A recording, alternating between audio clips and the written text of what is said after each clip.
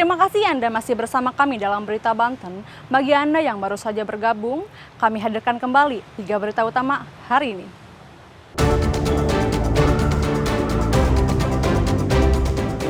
Sidang mutilasi di Pengadilan Negeri Serang berujung ricuh, terdakwa dituntut hukuman mati.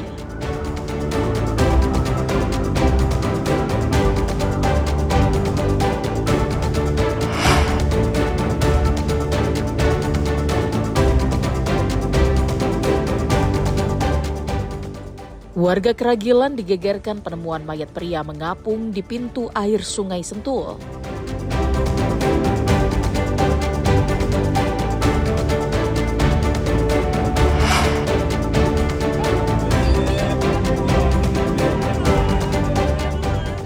Viral, ular sanca di Kabupaten Tangerang merayap di atas mobil yang sedang melaju.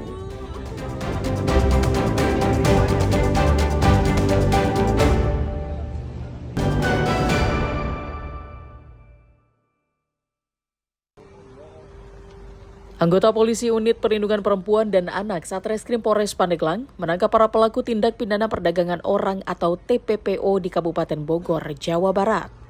4 pelaku yang ditangkap yakni NN 21 tahun, SD 23 tahun, AA 24 tahun, dan RF 25 tahun. Sementara untuk 3 pelaku lainnya kini masih dalam pengejaran polisi. Modus yang dilakukan yaitu mengelabui korban dan menjanjikan pekerjaan sebagai asisten rumah tangga di Kabupaten Tangerang, namun korban justru dijadikan sebagai pekerja seks komersial di Jakarta dan Bogor. Pelaku biasa menjual para korban ke pria hidung belang melalui aplikasi di media sosial dengan tarif antara 200 hingga 300 ribu sekali kencan. Tindak pidana perdagangan orang. Jadi diawali adanya perkenalan Facebook antara anak korban, karena korban adalah pelapor, saya ulangi korban, anak korban berinisial HW, usia 15 tahun, punya teman Facebook.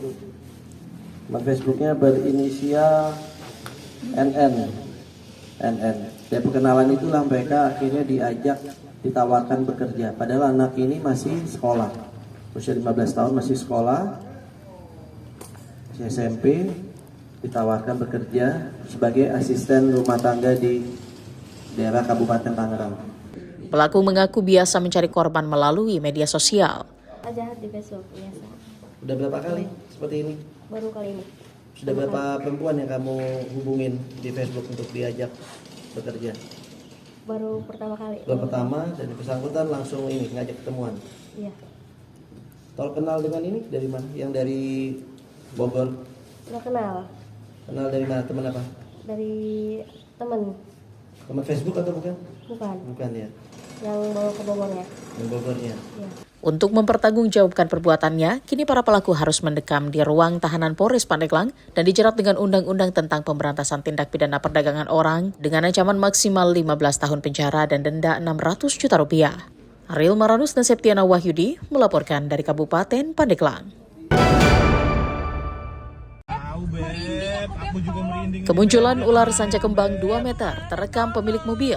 Ular merayap di depan kaca menuju atap mobil. Sontak hal ini membuat pasangan suami istri pengemudi mobil panik dan histeris. Meski demikian, pemilik berusaha mengemudikan mobil dengan tenang sambil mencari pos pemadam kebakaran terdekat. Pemilik pun tidak berhenti karena khawatir ular akan masuk ke dalam mobil, hingga mereka menemukan pos pemadam dan langsung masuk meminta pertolongan. Saat berusaha dievakuasi, ular bersembunyi di belakang mobil, namun segera dicegah hingga akhirnya berhasil ditangkap. Pak Sutri perjalanan pulang setelah berkunjung ke salah satu mal. Diduga ular masuk ke dalam mobil saat di area parkir dan bersembunyi di bagian mesin. Itu sebelum dia ke Damkar mampir, itu dia dari Mall Sumarekon. Sumarekon, dia nggak tahu itu ada ular, dia langsung jalan. Di tengah-tengah perjalanan itu langsung ular itu naik ke atas. Gitu, dari bawah tuh, dari mesin itu naik ke atas.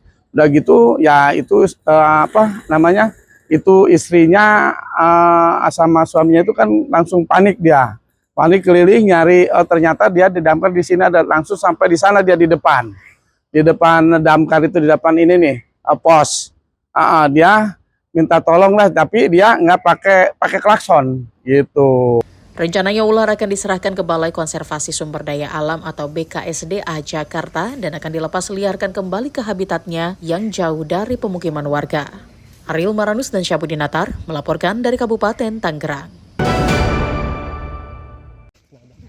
Setelah sempat buron lebih dari 1 tahun, seorang pria yang juga merupakan ASN di Kementerian Agama Kota Serang ditangkap anggota Unit Perlindungan Perempuan dan Anak Satreskrim Polres Serang.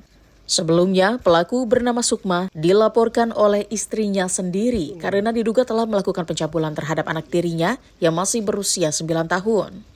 Perbuatan bejat pelaku terungkap saat ibu korban curiga saat hendak mencuci celana dalam korban dan melihat cairan bening yang diduga sperma. Karena curiga, ibu korban langsung membujuk anaknya untuk bercerita. Alangkah kaget sang ibu saat anaknya mengaku telah dicabuli oleh ayah tirinya. Pelaku diketahui melakukan pencabulan sebanyak 2 kali. Berdasarkan hasil visum, didapati robekan selaput darah di area alat vital korban. Pelaku sebenarnya sudah ditetapkan sebagai tersangka sejak tahun 2023 lalu. Sebelum ditangkap, pelaku sempat kabur ke Kalimantan dan Lampung. Saat akan ditangkap, pelaku juga sempat mengancam polisi dengan menggunakan senjata tajam. Kemudian penyidik PPA Satreskrim menetapkan pelaku menjadi tersangka dengan alat bukti berupa keterangan saksi, kemudian hasil visum, di mana hasil visum tersebut terdapat luka robekan di bagian vital anak. Akibat perbuatannya, pelaku dijerat dengan Undang-Undang tentang Perlindungan Anak dengan ancaman 15 tahun penjara. Ariel Maranus dan Rifki Nugroho melaporkan dari Kota Serang.